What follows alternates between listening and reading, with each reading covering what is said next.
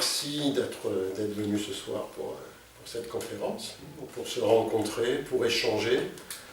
Alors, je précise un petit peu l'état d'esprit dans lequel je présente tout ça. Pour moi, il y a une chose très importante, c'est que si on se réunit à plusieurs, c'est pour essayer d'avancer ensemble et d'apprendre ensemble. Il n'y a pas une personne qui va expliquer aux autres et les autres qui vont juste écouter. Donc c'est vraiment une démarche d'explorer ensemble et de voir directement entre nous comment fonctionne l'esprit, mais de le voir pendant la conférence, pas d'expliquer ce qu'on a vécu il y a 3 mois ou il y a 3 ans, ou d'expliquer une espérance dans ce qu'on va peut-être voir demain ou après-demain. Est-ce qu'on peut, ensemble, vraiment découvrir et voir les mécanismes de l'esprit de manière générale, quoi.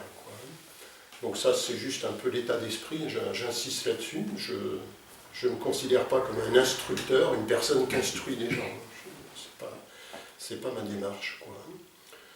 Alors, j'ai pris un thème bien particulier, qui est un thème important, l'éveil naturellement, et qui est un thème sur lequel il y a des milliers de malentendus. Mais c'est pas parce qu'il y a des milliers de malentendus qu'on doit éviter d'en parler, peut-être d'essayer de voir ce que ça représente. Alors, moi je présente ça d'après un paradoxe, pour commencer, parce que c'est un paradoxe. On dit communément que l'éveil, c'est, entre guillemets, la fin du moi, la fin de l'impression d'une entité personnelle, c'est ce qu'on dit. Et en même temps, on dit, mais de toute façon, ce moi a un fondement illusoire. Le moi est une illusion. Donc dit comme ça, si on regarde simplement comme ça nous paraît très étrange. Donc l'éveil, ce serait la fin d'une illusion.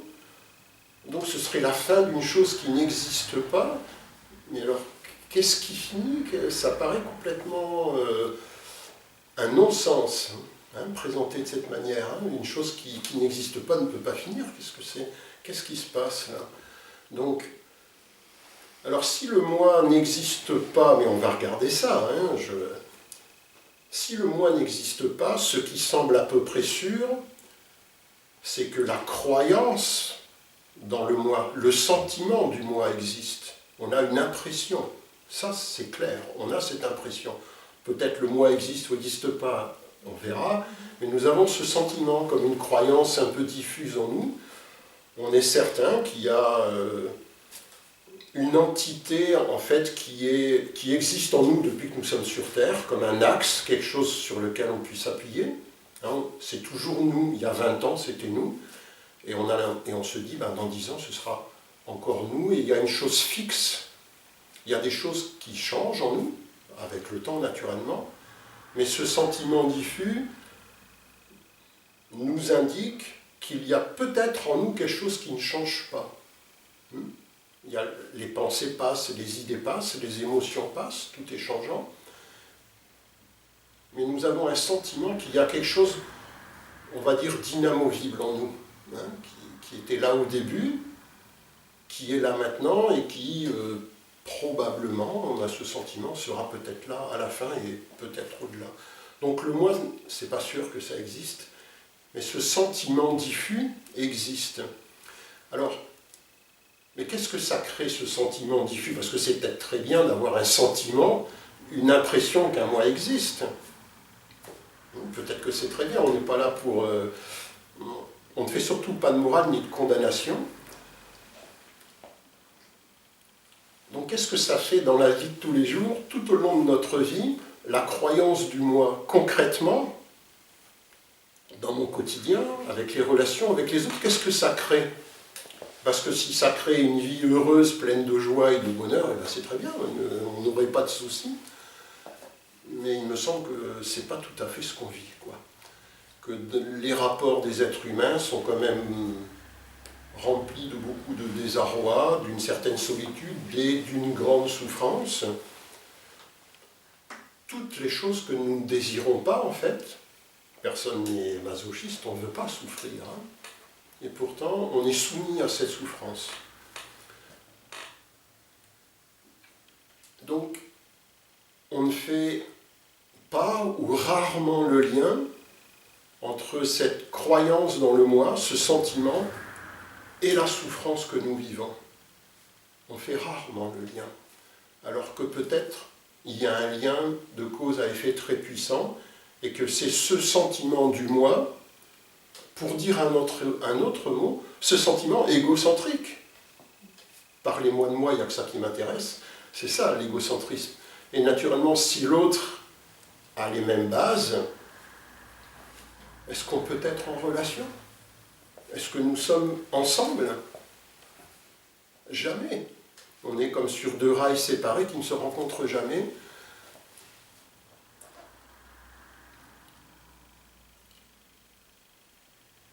Et donc, cette souffrance-là, est-ce que, comme je disais à quelqu'un, est-ce qu'il y a un Dieu vengeur qui nous a condamnés comme ça, qui dit « Vous êtes sur cette terre pour souffrir, c'est une vallée de larmes et vous devez faire avec » Ou est-ce que nous, êtres humains, nous sommes créateurs de ça, de cette souffrance? Est-ce que c'est nous qui la créons? Est-ce que c'est nous qui avons une action à faire là-dessus? Et là, on voit que peut-être l'action qui crée cette souffrance, qui est ma responsabilité, c'est l'égocentrisme. Je mets l'égocentrisme parce que c'est plus clair dans l'esprit que le moi. Le moi peut avoir certaines valeurs, hein, selon comment c'est présenté, le moi peut avoir des côtés sympathiques, mais quand on dit égocentrisme, on voit très bien qu'il n'y a pas de choses très sympathiques dans l'égocentrisme. C'est un autre mot qui veut dire la même chose, mais on le voit plus simplement, il est moins auréolé, quoi. Et d'ailleurs, on ne dit pas que l'égocentrisme se réincarne, par exemple. Le moi peut se réincarner, mais pas l'égocentrisme. Ce serait absurde. Donc, je ne sais pas si vous voyez le lien. L'éveil, je ne sais pas si on peut dire que ça existe, parce que si l'éveil c'était la fin du moi, il faudrait que le moi existe vraiment. Donc tout ça, c'est des paradoxes. Par contre, ce qui pour nous est réel, et depuis des milliers d'années, c'est pas que notre vie, c'est nos enfants et nos parents, nos arrière-parents, l'humanité est engoncée dans une souffrance depuis la nuit des temps, depuis presque toujours. Et donc, est-ce qu'on peut finir ça? Est-ce qu'on peut en sortir et créer des relations différentes qui ne soient pas basées sur la souffrance ou sur la domination, enfin tout ce qu'on connaît, la domination, l'asservissement, la violence et tout ça? Je pense que ça, c'est le vrai défi. Et ce qui suit ça, veut dire qu'il y a certainement un dysfonctionnement dans le mécanisme de l'esprit, puisque chaque être humain est confronté à cette sacrée souffrance alors que personne ne le désire. C'est donc qu'il y a certainement, dans notre manière d'aborder la vie, des dysfonctionnements, on va dire, importants, profonds, qui sont en nous. Donc est-ce que ces dysfonctionnements, on peut les comprendre, les voir, comme on voit ce parquet, les voir concrètement, et s'en libérer? Ça, c'est sûrement beaucoup plus important que l'éveil, un mot comme ça qui est dit en l'air. Parce que ce qu'on découvre dans les fonctionnements de l'esprit, si vous voulez, c'est que bien évidemment l'outil principal c'est la pensée, je ne vous apprends rien naturellement. Et si on essaye un tout petit peu de comprendre l'esprit, on se rend compte que l'outil, la pensée qui est un outil, nous ne sommes pas libres de cet outil. Je vais m'expliquer. Tout le monde sait très bien que nous pensons beaucoup, je ne vais pas dire toujours, mais qu'on pense beaucoup tout au long de la journée. On a la petite machine qui tourne vraiment énormément. Et est-ce que nous nous rendons compte qu'il y a un lien entre cette mécanique de la pensée, qui est toujours dans notre esprit, qui est alimenté en permanence, et l'égocentrisme. Parce que nous voyons que la pensée, quand elle est, on va dire, dominante, hein, quand elle sort de son rôle, quand elle est utilisée dans tous les cas de figure, est-ce que la pensée ne créerait-elle pas l'égocentrisme? Alors dit comme ça, c'est peut-être pas très clair, mais on va se focaliser un tout petit peu pour essayer de voir comment fonctionne la pensée de manière très simple, et on va voir que c'est la nourriture du moi. Quand on vit une expérience, quelle qu'elle soit, boire un verre d'eau ou parler avec quelqu'un, naturellement on mémorise cette expérience, c'est tout à fait logique, il n'y a rien à dire là-dessus, et quand on revoit cette personne le lendemain, le dialogue que j'ai eu avec elle a créé une image dans cet esprit, des pensées, et quand je revois cette personne, de la mémoire sortent les pensées pour aborder cette personne. Mais qu'est-ce que nous mémorisons quand nous avons une expérience? On mémorise notre impression, notre ressenti. On ne mémorise pas l'événement de manière neutre. On le teinte de notre sentiment. Et donc ce qu'on mémorise, on mémorise notre impression de l'événement. On ne mémorise pas l'événement lui-même. Et l'impression de l'événement, ça ne parle pas de l'événement, ça parle de moi, de mon ressenti. Et comme de manière inconsciente je fais ça tout au long de ma vie, tout au long de ma vie, je ne m'intéresse au final qu'à mes sentiments, à mes émotions, à mes préoccupations personnelles. Et petit à petit, il faut du temps, toute une vie, naturellement, petit à petit, l'image que j'ai de moi va devenir de plus en plus construite, et à un moment donné, cette image va être structurée, et cette image en nous va créer ce sentiment du moi, dont on disait quand c'est assez structuré. Et à partir de ce moment-là, nous prenons les expériences pour confirmer l'idée qu'on a de nous-mêmes. Le monde, pour lui, ne nous intéresse pas. Je ne sais pas si vous voyez ça. Le monde m'indiffère complètement. Le monde ne m'intéresse pas. Donc, la nourriture de ce sentiment, on va dire du moi, mais vous avez compris ce que je veux dire, la nourriture du moi, c'est la pensée quand elle est utilisée constamment.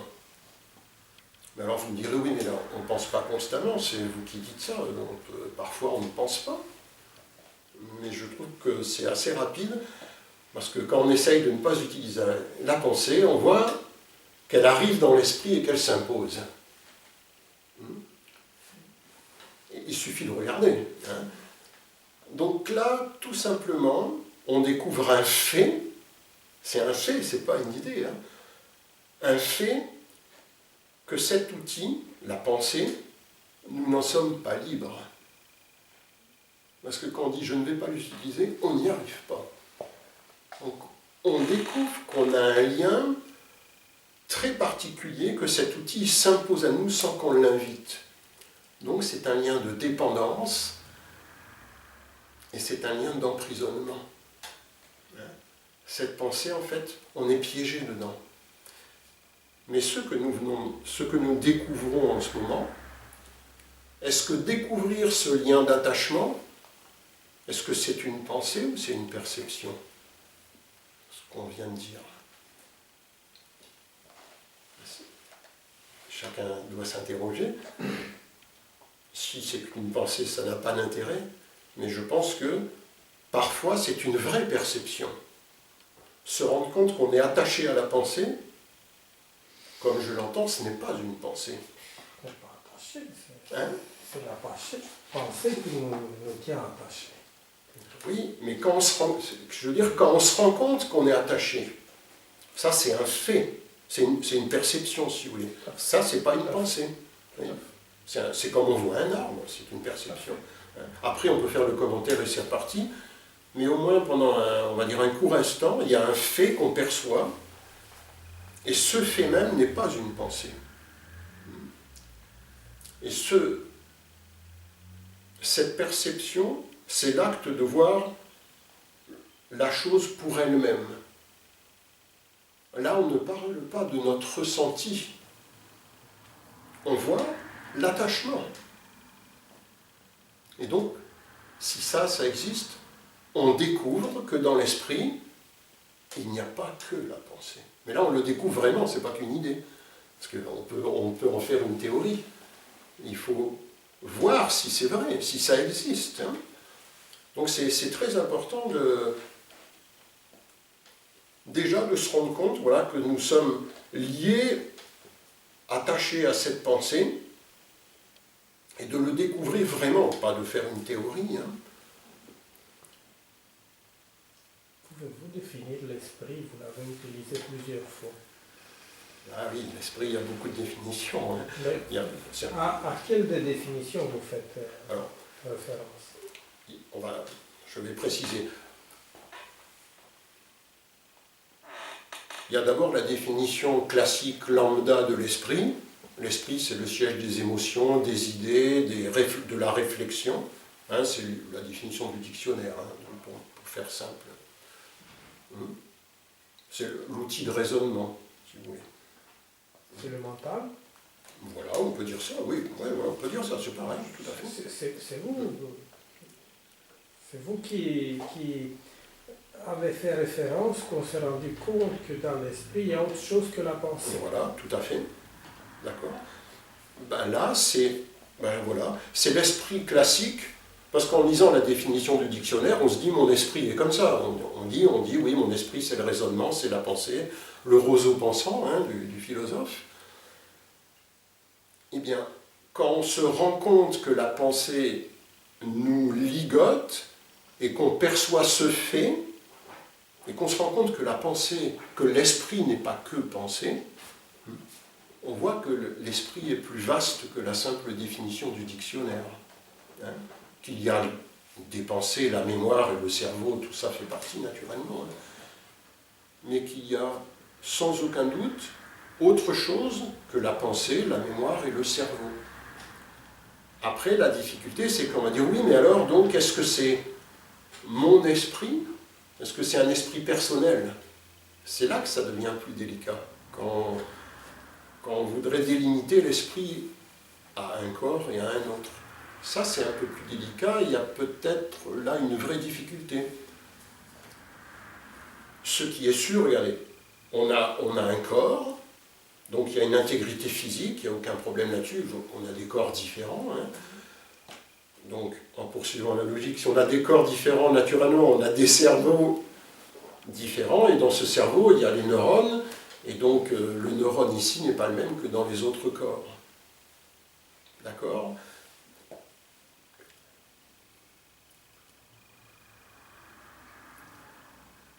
On va dire parce que les corps existent. D'accord ? Les corps sont situés. Mais s'il existe une chose qui est au-delà de la pensée, est-ce qu'elle est située? C'est-à-dire, est-ce qu'elle est dans un endroit particulier? Le corps est situé. Hein? Ça, c'est une autre démarche. Et on peut prendre un autre éclairage, puisque alors, il y a la définition, on va dire, biblique hein, de l'esprit. L'esprit, c'est le souffle de vie. Là, on peut prendre plusieurs éclairages, puis voir est-ce qu'on peut mettre ça en cohérence. Or, le souffle de vie, il court partout sur le monde. Hein, autant dans une libellule, un ver de terre, un corbeau, que les hommes. Pourquoi le souffle de vie s'arrêterait à un endroit spécialement? Nous, on a tout personnalisé.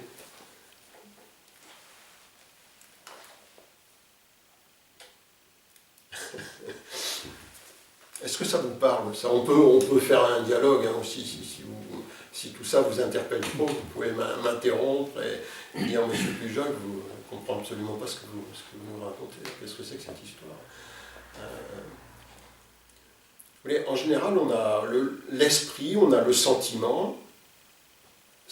C'est comme le moi, on a le sentiment qu'on est un esprit personnel, propre, particulier et autonome, et que l'autre a son esprit propre, particulier et autonome, et que chacun a son esprit personnel. Mais je pense que c'est une femme du moi qui se met le masque de l'esprit sur lui. C'est toujours le moi, ça. C'est un autre mot. Le moi se déguise en quelque chose d'autre, mais c'est toujours lui. Quand vous dites on a le sentiment, vous voulez définir le sentiment? Pardon? C'est le sentiment ou la perception? Ah non, le sentiment, c'est pas une perception. C'est un sentiment. Le sentiment du moi, c'est une chose diffuse. C'est une chose en nous qui est certaine, mais dès qu'on veut définir le moi, concrètement, il nous échappe.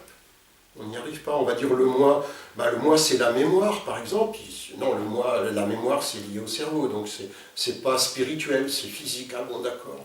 On va dire le moi, ça va être les sentiments, les idées, les émotions. Ah, mais tout ça, si on regarde, c'est lié aux expériences de la vie, aux sens qui ont enregistré ces expériences, et donc c'est aussi encore une expérience du corps.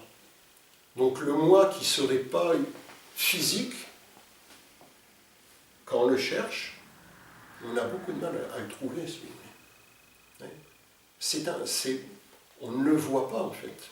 C'est un sentiment, c'est une impression forte, hein, elle est forte. Hein. Le sentiment, ça vient de sentir, et du mental ou mensonge. Pourquoi mental et mensonge? Avoir. Non, je vous écoute. Donc, le sentiment, simplement le mot sentiment, il est composé de sentir, et ment qui peut venir du mental, en parenthèse, qui ment. Le mental qui ment. Le mental qui ment, oh là là, le mental qui ment, je ne sais pas si c'est étymologiquement ça, je sais pas. Sentir, ça c'est sûr. Le mental qui ment, je ne sais pas. Je ne suis pas certain. Hein. Pour moi, le mental ment. Pas toujours. C'est comme si on disait la pensée, je fais une image, hein, c'est comme si on disait la pensée est toujours mauvaise. Pas du tout. Et donc le mental, il ne nous ment pas toujours. Il nous ment, il nous raconte des histoires pour flatter notre moi. Ah, attends. De ce point de vue-là, oui, tout à fait. Tout à fait. Et dans ce sens-là, la pensée nous illusionne. Dans ce domaine spécifique. Nous nourrit. Voilà, nous nourrit. Mais, alors j'ouvre une parenthèse, pour moi, la pensée, la mémoire, ce sont des outils merveilleux. Hein, on n'est pas sans pensée, sans mémoire, on n'est pas là. Hein. C'est un outil d'une complexité dont on ne mesure pas, je pense, toute l'ampleur. C'est d'une extrême beauté. Mais simplement, dans certains cas, c'est inopérant, ça ne devrait pas exister. Et en fait, quand une chose qui n'a pas lieu d'être existe, là, elle devient nuisible. Hein, si vous voulez, si on prend un tournevis pour couper du pain, on aura des problèmes. Donc la pensée qui ne s'applique pas dans son domaine, elle crée des perturbations dans l'esprit et elle crée beaucoup de conflits.